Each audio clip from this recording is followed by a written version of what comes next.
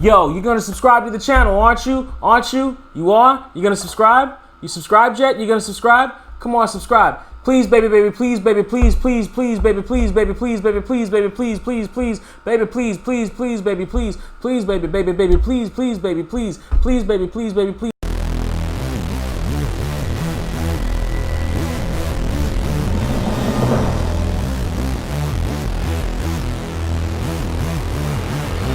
Party people in the place to be. What's going on? It's me. I had some time on my hands to kill after you see the girls around me. There was a Golden Girls, whatever. I had some time to kill, and so I decided that I was going to get into some movies that I was supposed to have seen somewhere along my journey. People who had conversations with me, they know I'm a bit of a geek, and I'm a bit of a geek in a couple of different subjects. I'm a definite wrestling geek. I know my shit when it comes to wrestling. I'm a definite television geek. I know my shit when it comes to television. I'm conversational in movies. I'm conversational, not entirely fluent. So I'm deciding to try to get a little bit more fluent by watching the movies that I should have watched, that cinephiles, not even necessarily cinephiles, but just people like, I'm not even at the level of I should have seen it because a cinephile told me. I'm at the level where I should have seen it because just regular old people keep telling me, how could you not have seen that movie? I just watched a whole lot more TV than I did movies. So, I need to catch up. So here I'm catching up. I'm catching up here with She's Gotta Have It. Spike Lee's seminal joint. One of the ones that got him on the map. With the artistic styling and all that other stuff. Made Mars famous. The character of Mars, which, a lot of us growing up in that time frame that were probably too young to see She's Gotta Have It, just assumed was just Spike Lee. We didn't know it was a character. We just assumed it was Spike Lee. But yeah, She's Gotta Have It. The seminal Spike Lee joint is pretty good. I'm going to talk about this, and it's an interesting perspective that I'm coming from it from. So first off, I've never seen this movie whatsoever in my entire life. In all years of existing, I've never seen the movie, and I should have. Everybody's like, "Oh, you should have seen the movie." And I saw a lot of like adult movies growing up. Like I saw other Spike Lee joints actually. I saw X. I saw Jungle Fever. I saw School Day. I saw a lot of other Spike Lee joints growing up. I just never, for whatever reason, just never saw this one. Don't know how. Never saw this one. But here we are. But I did end up growing up and getting Netflix and seeing the TV show She's Gotta Have It up to a point. It got annoying. Up to a point. It got really annoying. And so I'm coming at this from the perspective of having seen the show first, then the movie, and kind of ad hoc comparing the two things against each other as I'm watching it. And so I guess that gives me an interesting perspective. Going into this, I definitely saw where the TV show took certain scenes and certain episodes from. I'm gonna try. I don't know if it gets spoiler. Like, it's a 30-something-year-old movie. If you haven't seen it at this point, go watch it. Just go watch it. You want to know if I recommend go watching it? Yeah, I recommend go watching it. Fast forward to the end to see exactly what the rating is. But yeah, go watch it. Anyway, spoiler territory. 3, 2, fuck it. So, one of the things I recognized immediately when I saw it was the dinner scene with Mars and Julian? Yeah, I think it's Julian. Mars and Julian and Greer. That scene they did essentially not an episode, but like part of an episode, a significant part of an episode to that scene, and the way the show did it, I guess, allowed for better exploration of the three male characters, whereas the movie was caricatures. Of the movie, I gotta tell you, I honestly liked, of the three characters, I honestly liked Mars better than the other guys. He was the one that was, caricature, but I identify with him on many levels. I'm not the tallest guy because, let's face it, I am the perfect sexual height. That's we've already established that perfect sexual height. Boom, perfect sexual height right here. But having to use other guiles to get the attention of women in my life, having to develop a sense of humor in my life, not being able to just walk up to them with the finest gear on, or being tall, or being successful, or any of that other junk. Like, I had to develop a personality. And it's interesting, because this is one of the things that I don't think a lot of... Jamie is his name. A lot of... Did I say normal? This is a lot of attractive people, particularly you tall motherfuckers, don't understand. I had to develop this sense of personality. I had to develop these guts. I had to go, if I was, whatever little success I've had in my life, although there's been times, but little success I've had in my life had to come from that. I'm not the love at first sight type dude. I'm the like at first joke type dude. And if I get you laughing enough, then maybe, just maybe, you'll forget that I don't look like fill in the blank of whatever multi-millionaire dude chicks are fawning over these days. So I get Mars. I 100% get Mars. Nola is far more relatable in the movie than she is in the show. She's far more likable in the movie than she is in the show. Maybe that's, we're not spending as much time with her as we are on a TV series, so we don't necessarily get to explore a lot of things. They don't necessarily have all the time to make her as irresponsible and as completely unlikable as they do on the show. But at the same time, I think they try to by 80s standards. You know what I mean? They have people talking about her, she's unreliable, she's this, she's that. Why can't she just be with one person? Is she a freak? Is she this? She that? So by 80s standards, I think they're trying to convey that, or they're trying to shine a light onto that, shine a mirror onto that, and say, these kinds of perceptions of this person are, they're trying to shine a light on it in a negative way. But it doesn't necessarily come across as negative. It comes across as real. Like, these are conversations that I'm sure people had in the 80s and still have to this day to a lesser extent. But maybe it's just where I am personally in my idea of romance and sex and dating and all that other stuff.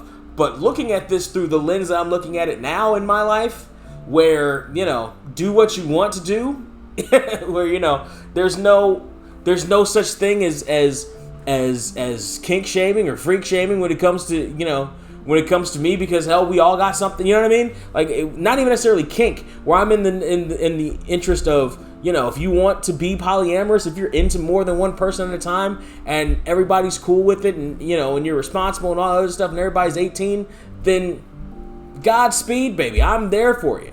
You know what I mean? If maybe it's that perspective, and watching the movie back from the lens of 30 years ago now, that I can look at it and see 35 years ago now. I can look at it and be like,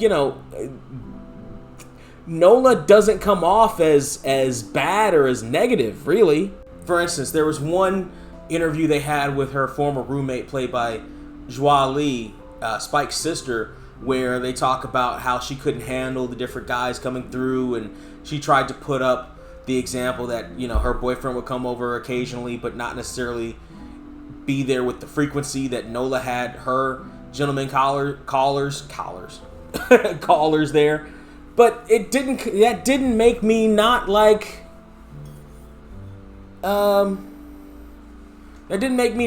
Nola at all.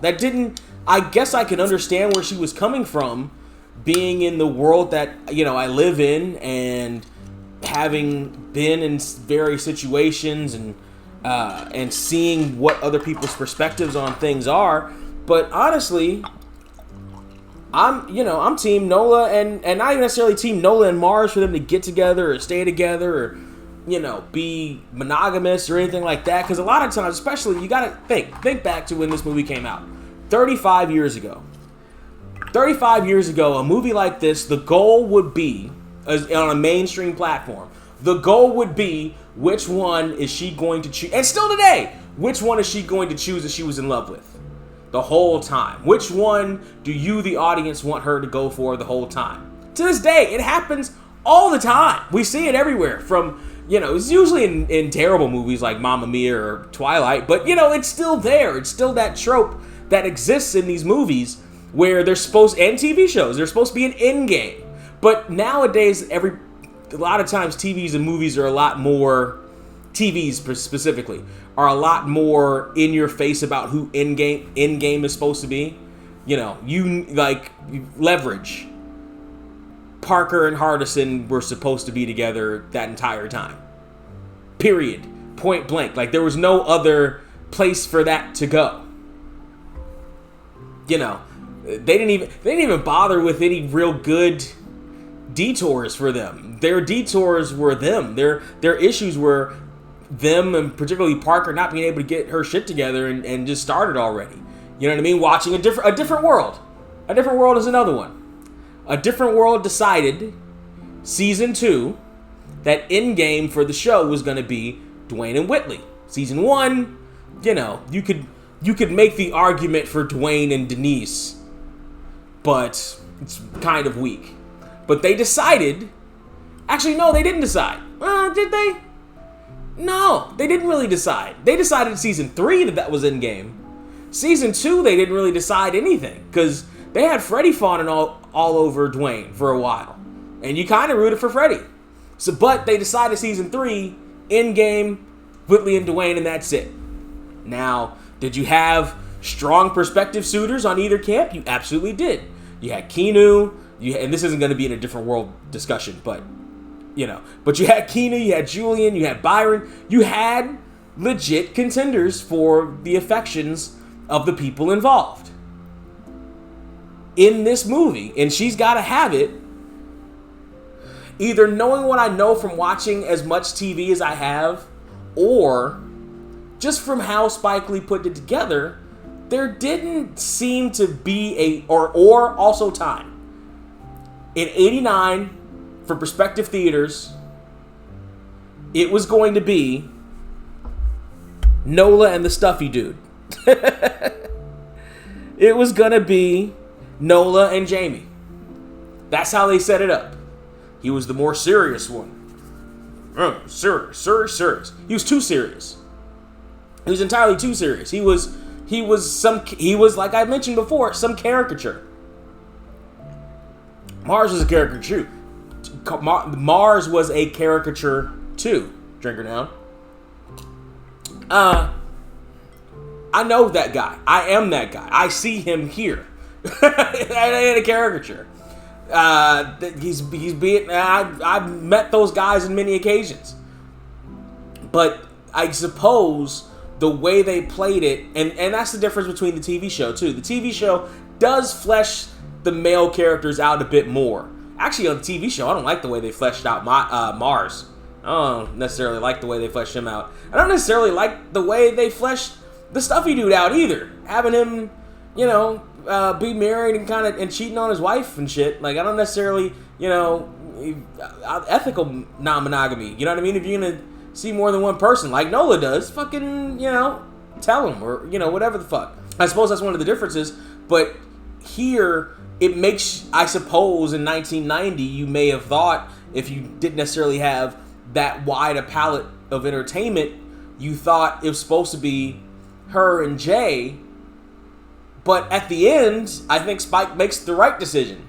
Because I was sitting there watching it, and I'm like, she's really going to go with this Stuffy brother? Like, really? Like, after all that shit, and after all the shit he does to her, with the fucking forcing himself on her in the fucking apartment, fucking raping her in her fucking apartment, what? Why? What? Is it because he gave her an ultimatum? Is it because he wasn't going with the flow? Is it because, you want what you can't have? Was that supposed to be it? But it was weird. And then she does end up reneging on that and saying, it was a momentary lapse in judgment. We didn't even necessarily need that lapse in judgment. We could have ended the movie with her telling all three of the guys, I'm done. I'm donezo. You all have not, if that was her decision. Now, mind you, I'd have rather her kept Mars a while. You know, they made Greer out to be completely unwatchable. Greer was a caricature, was a late 80s, early 90s caricature of a guy with muscles.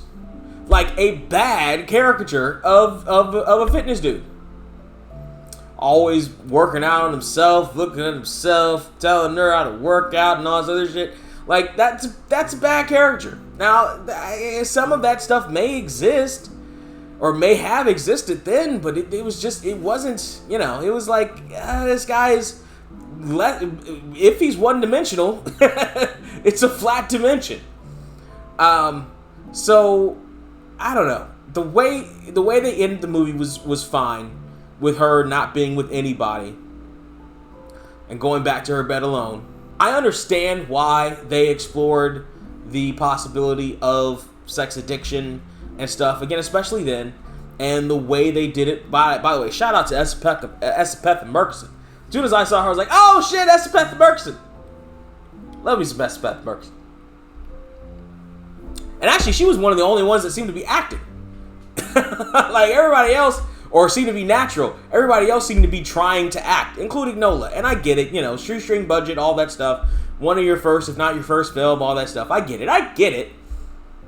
And that can add somewhat of a charm to some of the things that we're seeing in the movie. It comes off like the way he shoots it and produces it, it makes it seem like a play, like a black and white play that we're watching. But sitting there, I'm sitting there thinking to myself, I'm like, Nola can either keep all of them or keep like she can do whatever she wants, but like Greer sucks, Jamie sucks, Mars is cool, but she didn't give a fuck about Mars, which is always the way.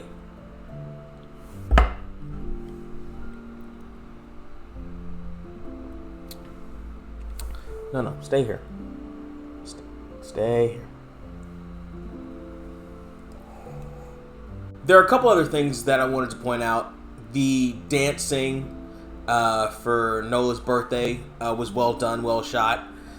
It showed just unabashed joy, and I guess maybe that could be a reason why they had Nola try to assimilate herself to, not even necessarily assimilate herself, but try to decide that if she was gonna settle, she was gonna settle for Jamie, because he showed her this thing that I suppose she quote unquote could have, or this life she quote unquote could have, or whatever, in that dance scene. But the rest of the movie, not so much. And he doesn't even necessarily come off like a responsible dude or like a good dude or anything like that. Like, if you're gonna have these things, these love angles, rect, whatever, hexa, whatever.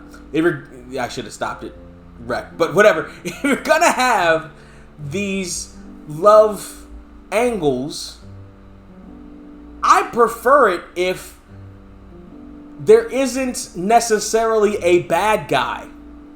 I prefer it if it's just a set of circumstances, and these people decide that are involved in this thing that they can only be a certain way.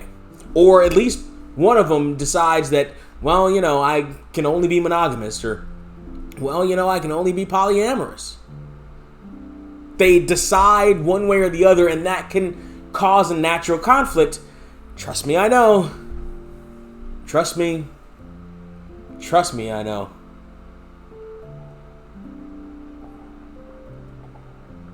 But instead, we get villains. Instead, we have Greer, who's a villain, Jamie, who's a villain, and Mars, who's not a villain. Mars is, were they trying to pass Mars off as a villain? I don't know. Greer is not a good guy. I don't even necessarily say that he's a villain. He's a he is though, but he is. He kind of is. He's a one-dimensional villain of a romantic comedy. Jamie is a two-dimensional villain of a romantic comedy, trying to control her and all that other stuff.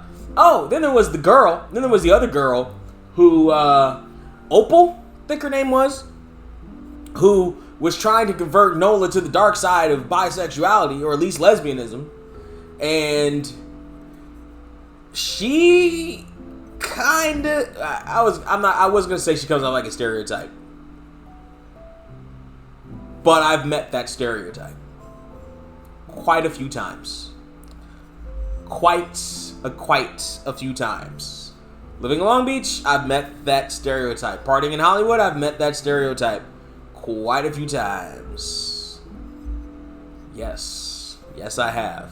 And they're not ashamed about it. They don't give a fuck. They don't give a fuck. But I'm straight, so spaghetti till it gets wet. That shit. By the way, don't ever. Well, I was gonna say. Let me stop myself. I was gonna say, don't ever come at me, ladies, with your, talk about dudes and not mention the way lesbians approach women too. And to an extent, that's still true. Now, lesbians don't necessarily have a dick to send people in the DMs unless they're just showing strap-on pics. They're just sending them out just at random. But it ain't that far off, and they kind of make Opal in this seem predatory, and I don't know if that's late 80s, early 90s shit too. That really comes from the 60s and 70s. I don't know if it's that shit too, but it's not offensive again because I've seen it, but it's not fully fleshed out, although there may not be that much more flesh out. That is one of the differences in the show and the movie, though. They do make Nola bi, at least, or she tries to be bi. She has a relationship with a woman and fucks that all the way up, which is one of the reasons why I had to stop watching the show. I'm like, she doesn't have, if she's the it that they are saying she's got to have in the title must be a fucking brain, because they've made anyway. Not gonna talk about that. Focus on the movie. But yeah, they made Nola fucking petulant, irredeemable fucking waste of time on that show. Anyway, but in the movie, they didn't. I don't know, they didn't necessarily have time to do it, but they didn't do that here. Overall, it's a good thing I saw the movie. Yes, I should have seen this movie at some point in my movie travels. This film somewhere in my movie travels. There is a certain charm to it. There's definitely a certain 80s-ness to it.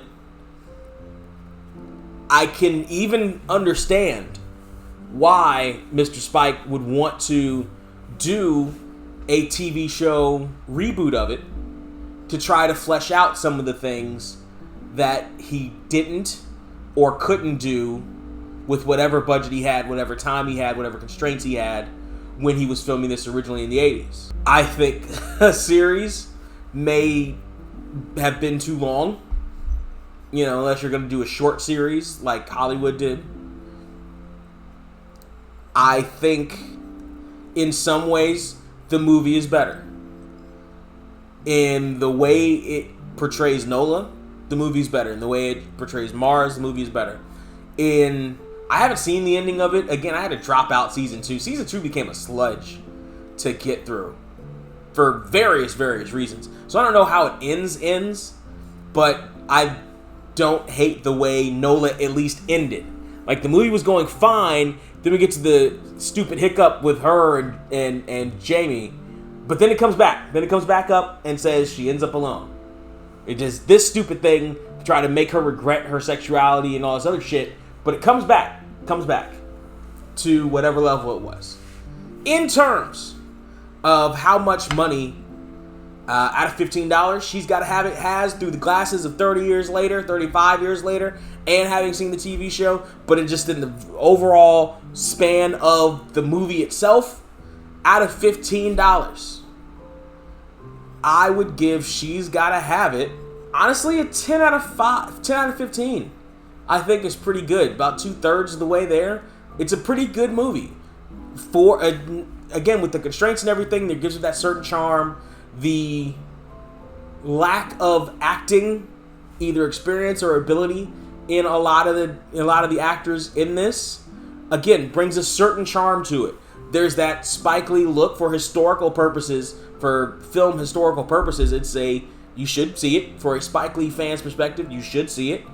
For even broaching the topic of a woman's sexuality, and a black woman's sexuality in late 1980s America, not being just this I need to find my knight in shining armor thing.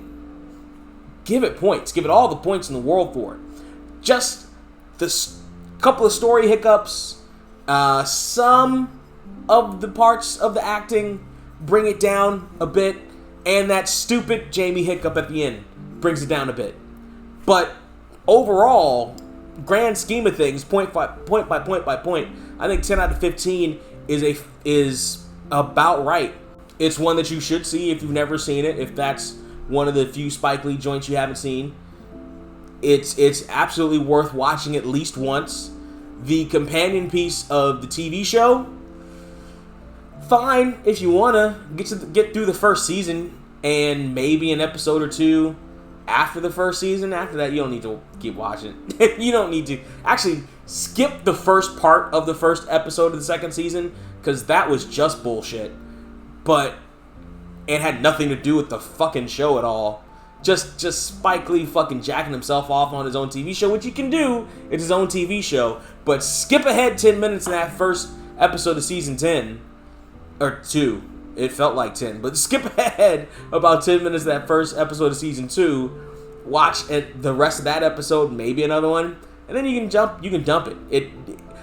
Some of the things it fleshes out, great. Some of the things it fleshes out, not so great. Or just watch the movie. The movie by itself stands by itself. You know, like Nola did at the end of the movie. Party people, tell me what you think down there.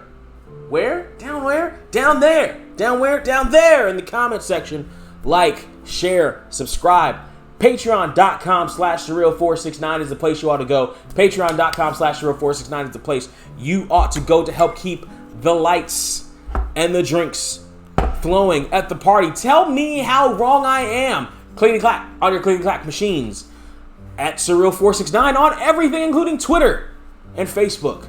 Tell me how wrong I am about this. Oh, this is a classic. This is a 100% classic. 15 out of 15. Come on, Spike. I know you're watching this shit. Come on, Spike. Come on, Uncle Spike. Tell me how wrong I am down there in the comment section. Like, share, subscribe. Streams going all around. Saturday we've got WWE 2K Glitch. That's either going to be streamed or videos. As I'm doing this week is going to be a video. Mondays, relearning Madden every Monday afternoon. Thursdays are going to be the A Different World drinking game / watch-alongs. Make sure your Amazon Prime is paid up when you're doing that shit. In the meantime, in between time, party people, I'll go watch another movie I should have seen a long time ago. And cheers.